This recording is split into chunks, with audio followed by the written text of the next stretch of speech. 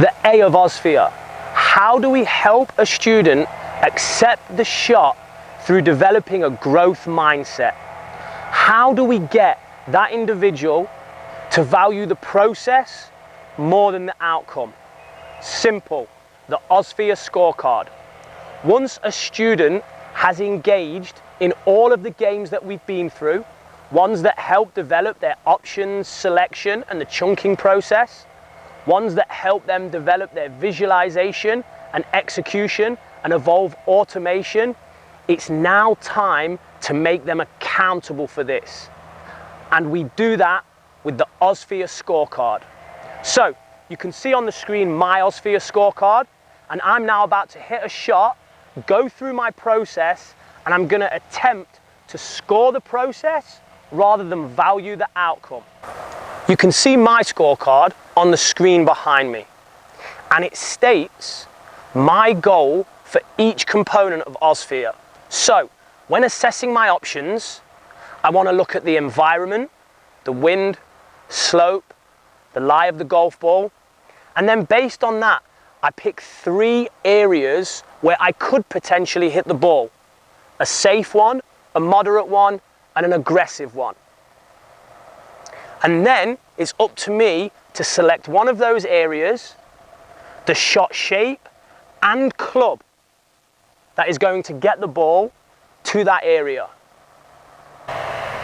What's important to me then is to feel my tempo in my practice swing, take a deep breath, and as I walk to the ball, be totally transfixed with my eyes on the target. Then, as I stand over, as I'm executing the shot, my only goal is to recreate the tempo that I felt on my practice swing. Then, the final part of the process and the whole idea around the OSVEA scorecard is for me to accept by using the scorecard to grade the process of the shot and not the outcome. When assessing my options, the first thing that I notice is there's no real wind.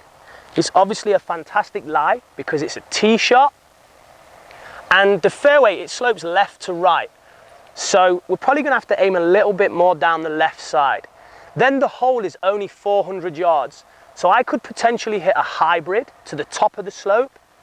I could hit a 3-wood to the bottom of the slope, or I could hit driver as far as I can and get as close to the green as possible. And I think for me, based on recent performances and how I've been hitting the ball on the range, I would like to hit a driver. So the club I'm gonna select is the driver. The target is the left edge of the fairway in line with that tree, and the shot shape is gonna be a fade. That's my natural shape at the minute, and it also matches the shape of the hole. I've got my club driver, shot shape fade, and target the tree. So now, as according to my OSVEA scorecard, I want to start to feel my tempo. Feel my tempo. So that's the tempo that I want to make. As on my scorecard, deep breath. Walk to the ball, transfixed on the target, eyes on the target, eyes on the target, eyes on the target. Deep breath, and then just recreate the feelings from my practice swing.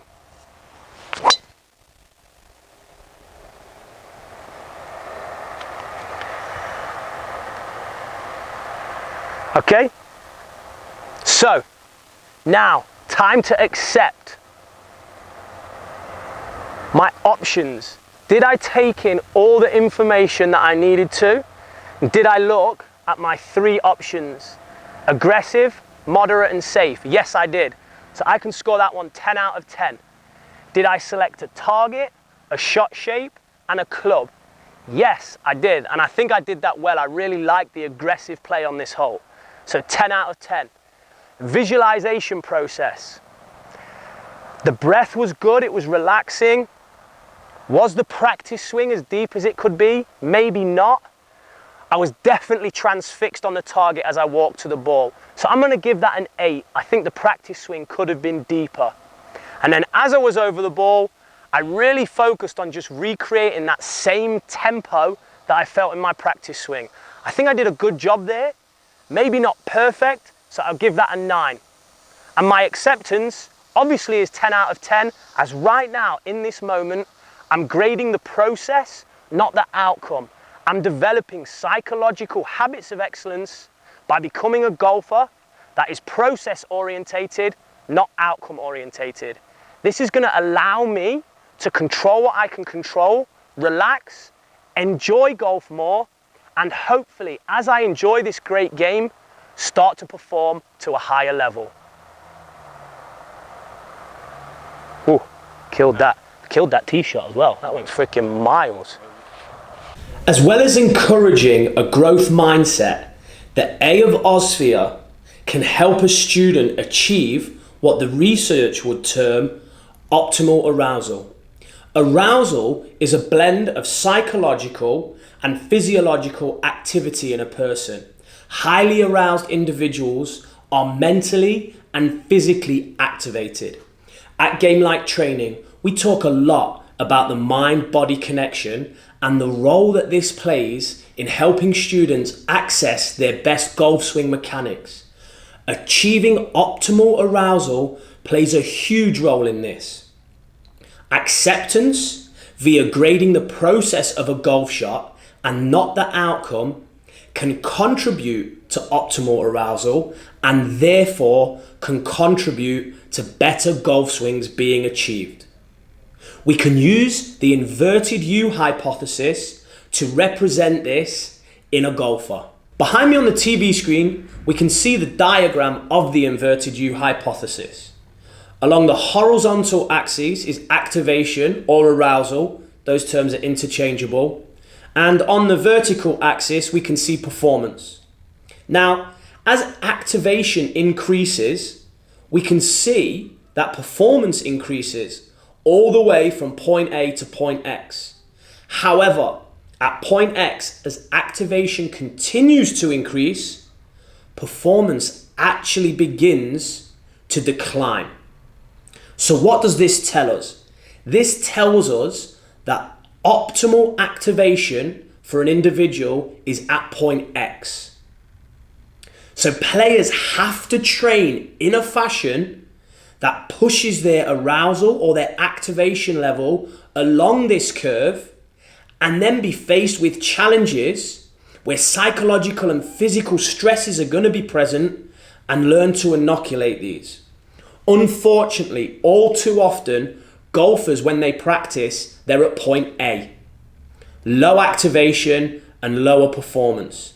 Sometimes performance will increase, but golfers generally in practice, they don't get stressed enough, they don't get highly aroused or activated, they're generally quite comfortable. And then when they go into tournament play, you'll generally find that they hit point Z, where they've really fallen down the inverted U curve. So, acceptance, not only a way that helps students develop a growth mindset, also a way that helps them find out what their optimal arousal is. Now, let's push forward to the final module and learn how we can train students in an environment that is psychologically demanding, push them up this curve so they learn how to control their arousal and be optimally activated during tournament play.